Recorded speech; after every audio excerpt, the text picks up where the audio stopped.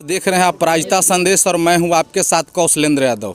इस वक्त हमारी मौजूदगी रफ़ीगंज विधानसभा क्षेत्र के शिवगंज के समीप प्रयाग यादव कॉलेज के बगल में है। आज यहां रफ़ीगंज विधानसभा क्षेत्र के नवनिर्वाचित विधायक नेहालुद्दीन साहब के द्वारा राष्ट्रीय जनता दल के कार्यालय का उद्घाटन किया गया है और इस विषय पे हम ज़्यादा जानकारी के लिए बात करेंगे विधायक जी से। सर, सबसे पहले आपको जीत की हार्दिक बधाई मेरे तरफ से। धन्यवाद। आपसे मैं जानना चाहूँगा कि सारे नेता लोग चुनाव के पहले ओपनिंग करते हैं, कार्यालय के उद्घाटन करते हैं, लेकिन आपने चुनाव जीतने के बाद क्यों? इसलिए कि पहले यहाँ पर कोई कार्यालय नहीं था और पहली बार हम ये नए विधानसभा जो क्षेत्र में 11 पंचायत जो जुड़े हैं, हम उसके विधायक हुए हैं। तो पहले यहाँ पर कार्यालय नहीं था, इसलिए हमको चूँकि यहाँ पर और जीटी रोड का जो दक्षिण का जितना भी है सब पंचायत है, दक्षिणी उम का है, उत्तरी उम का है, मनिका है, बनिया है, ये आपके घोड़ाडीरी है, दत्ती, इन तमाम जगहों पर जाने के लिए हमको कोई ठिकाने की ज़रूरत थी और कार्यकर्ताओं से मिलने की हमको ज़रूरत थी। इसलिए हमने महसूस किया कि यहाँ पर कार्यालय खोला जाए ताकि तमाम जितने भी हमारे कार्यकर्ता हैं, हमारे जितने भी वोटर्स हैं या फिर जितनी जनता है यहाँ की, उनकी समस्याओं को सुनने का हम काम करें।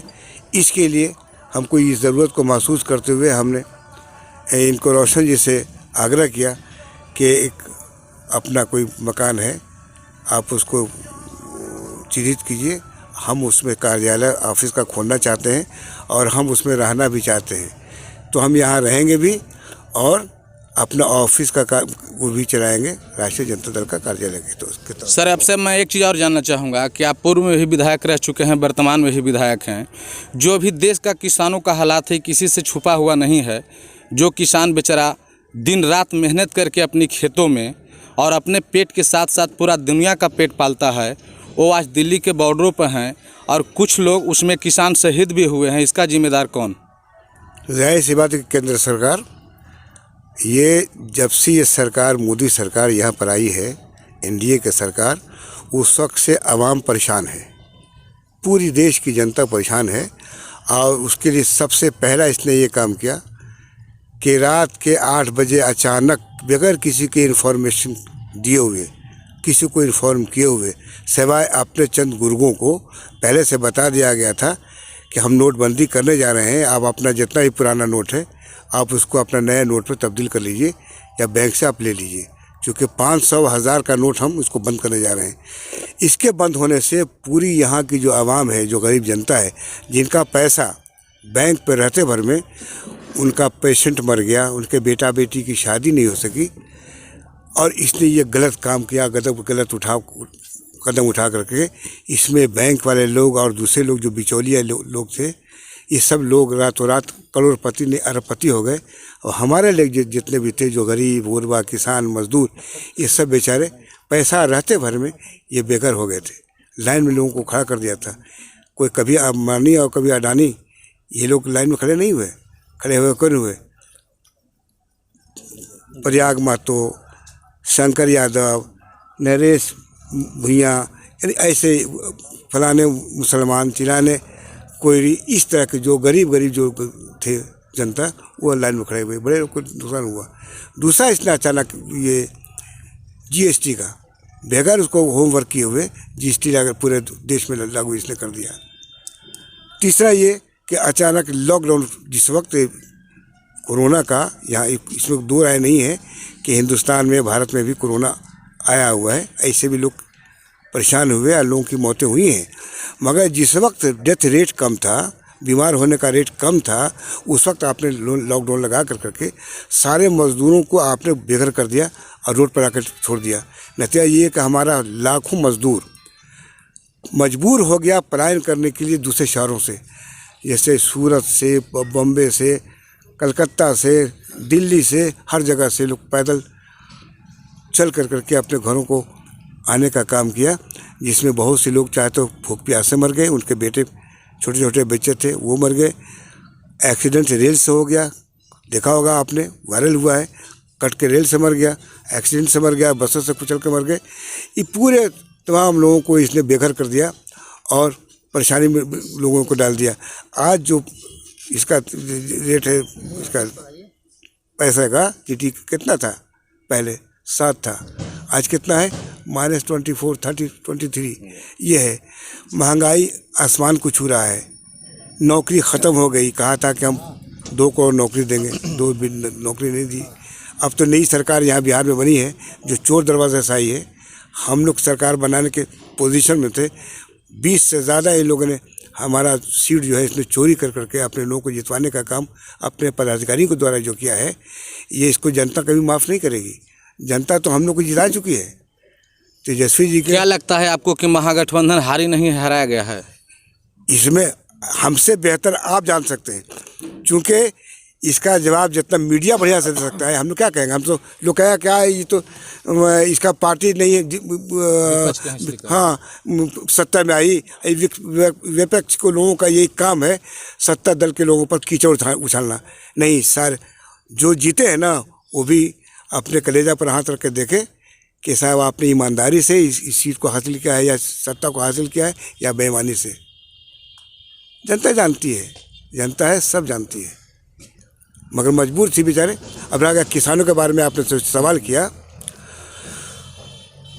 देश के किसान आज वाकई में रोड पर है, इसमें 2 अनाज तकरीबन 1 महीना से कुछ लगता है कुछ ऊपर ही हो गया है, नीचे नहीं है। उन किसानों के हित के लिए कर करके सारी अपोजिशन पार्टियां, जिसमें हम भी हैं, राष्ट्रीय जनता दल भी बिहार में, और हमने उनका समर्थन किया है, हर जगह धरना प्रदर्शन किया है, बंद करने का काम किया है, और आज भी उनके साथ हम खड़े हैं। लेकिन सर, सरकार तो आरोप लगा रही है कि विपक्ष के लोग किसानों को भड़का रहे हैं।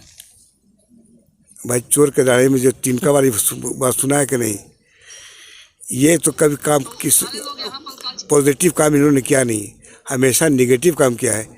क्या हमारे भड़काने से लोग भड़क जाएंगे? क्या सारे किसान के जितने भी नेता हैं, सारे किसान हैं हिंदुस्तान के, चाहे वो महाराष्ट्र के हों, चाहे गुजरात के लोग हों, या फिर हरियाणा के हों या पंजाब के हों, सब जाहिल हैं? इनको जानकारी नहीं है? राजस्थान के सब लोग जाहिल हैं? सब पढ़ा लिखा किसान है। और किसान का ये देश है, 80% लोग किसानों के से जुड़ा हुआ है। कोई IAS है, कोई IPS है, कोई इसी में साइंटिस्ट है, कोई इंजीनियर है, कोई डॉक्टर है। कोई शहर का अंबानी अडानी का बेटा नहीं है, किसानों का बेटा। आज अब उठा कर आंकड़ा देख लीजिए, हर साल जो UPSC कंप्लीट करता है उसमें 90% किसानों का की औलाद है, कोई दूसरे नहीं है। तो वो सब जाहिल है, नहीं जानता है, ये अन्नदाता कहलाते हैं। पूरे दुनिया को ये किसान अनाज देता है। सोना नहीं खाता इंसान, पैसा नहीं खाता है, चांदी नहीं खाता है, हीरा जवाहर नहीं खाता है, किसानों के द्वारा उगाया हुआ अनाज और सब्जी खाता है। तो आसमान की ज़मीन को, कल प्याज हम कैसे खरीद रहे थे, आप आलू कैसे खरीद रहे थे? जब हमारा जो माल जब रोड पर आया तो आज हो गया 10 रुपये। देखो कोई पूछने वाला है। मटर जो है 4 रुपया 5 रुपया हो गया, कोई पूछने वाला नहीं है। और उनके जरिए जो बाहर से जो आ रहा था उस 60 रुपये भी हम लोग ने आलू खरीदा है, प्याज खरीदा है। ये इनकी दोहरी नीति है। ये सरकार बिल्कुल एक्सपोज हो चुकी है, मगर चूंकि ये ज़िद्दी सरकार है, ये समझते हैं कि संख्या बल मेरे पास है, जो चाहेंगे हम अपना कानून पास करेंगे। 3 तलाक का मामला हो, चाहे फिर इस तरह का बहुत सारे मामला है जिसमें इसने मनमानी काम किया है। सर, अब हम लोकल मुद्दा पे आना चाहेंगे। अगर रफ़ीगंज विधानसभा क्षेत्र की बात की जाए तो सबसे बड़ा समस्या किसानों का सिंचाई का है, और आपसे काफ़ी लोग उम्मीद भी किए हुए हैं। इसको लेकर आप क्या कहना चाहेंगे? इस क्रम में जिला परिषद की बैठक भी हुई थी, अनुश्रवण समिति की बैठक हुई थी। हमने DM को भी, DDC को भी हमने अवगत कराया है कि साहब हमारे यहाँ सबसे बड़ा जो सिंचित एरिया है, जो कुछ 2-4 ब्लॉक है, बाकी ये पंचायत है, बाकी सबका सब जितना भी है, खासकर मदनपुर कुछ हिस्सा है, बाकी रफ़ीगंज का भी बहुत सारा हिस्सा है। ये सब का सब असिंचित ज़मीन है, नाला है, नदी है, पहाड़ है, ऊंचा है, जहाँ पर कोई सिंचाई का ये नहीं, साधन नहीं है। एक ले जाकर के नॉर्थ कोल है, नॉर्थ कोल पर हम लोग नज़र रखे हुए हैं। दोनों सरकारों से बातचीत चल रही है। सुनने में आया है कि शायद कुछ जो जहाँ पर जो मेन बराज है, जहाँ पर पानी स्टॉक करने का जो प्रोविज़न किया गया है, किसानों के पेमेंट के लिए पैसा कुछ आया है, इस क्रम में कदम कुछ उठाया गया है। हम लोग भी उसमें लगे हुए हैं। कोशिश ये करेंगे कि नॉर्थ कोयल का पानी तमाम खेतों को मिले, ताकि जो असिंचित ज़मीन है वो सिंचित हो सके। धन्यवाद। अब यहाँ पे राष्ट्रीय जनता दल के समर्पित कार्यकर्ता रोशन जी हैं। सर, आपसे हम जानना चाहेंगे कि आज आप लोग के बगल में माननीय विधायक नेहालुद्दीन साहब के द्वारा ओपनिंग किया गया कार्यालय का, इसको लेकर आप कैसा महसूस कर रहे हैं? सबसे पहले आपको बहुत बहुत धन्यवाद है अपराजिता संदेश का। और जो आपने क्वेश्चन किया, प्रश्न किया, वो बहुत ही हकीकत बात है कि हम लोग 1990 से, जब से मेरा अथी हुआ है, उठानी हुआ है, 1990 से हम लोग किसी न किसी एमएलए एमपी को जिताते आ रहे हैं। लेकिन जिताने के बाद आज तक कोई भी एमएलए हो, एमपी हो, कोई हम लोग पर ध्यान नहीं दिए और कोई हम लोग के नज़रअंदाज करके चलते थे। जिताने के बाद हम लोग के कोई पूछते नहीं थे। लेकिन आज जो हम लोग का इस क्षेत्र में बहुत बड़ा मान सम्मान देने का काम किए हैं माननीय नेहालुद्दीन साहब, उसको हम लोग कभी भूलेंगे नहीं। और हमारे जितने भी कार्यकर्ता हैं, जो हम लोग दिन रात एक करके सब लोग लगे रहें, सब लोग का अथी है कि हम लोग के कम से कम लोकल एरिया में मिलना जुलना। बहुत लोग कहते थे कि बाहर के हैं, बेलागंज के हैं, नहीं आएंगे, लेकिन इन्होंने यहाँ पर कार्यालय रख के, एक सेंटर है, बहुत अच्छा जगह है, सब जगह के लोग यहाँ आते हैं, जाते हैं। यहाँ पर कार्यालय रख के हम लोग को मान सम्मान को बढ़ाए हैं, इसलिए इनको बहुत बहुत बधाई देंगे। और बहुत आज खुशी की बात है कि हम लोग के बीच नेहालुद्दीन साहब आए हुए। धन्यवाद।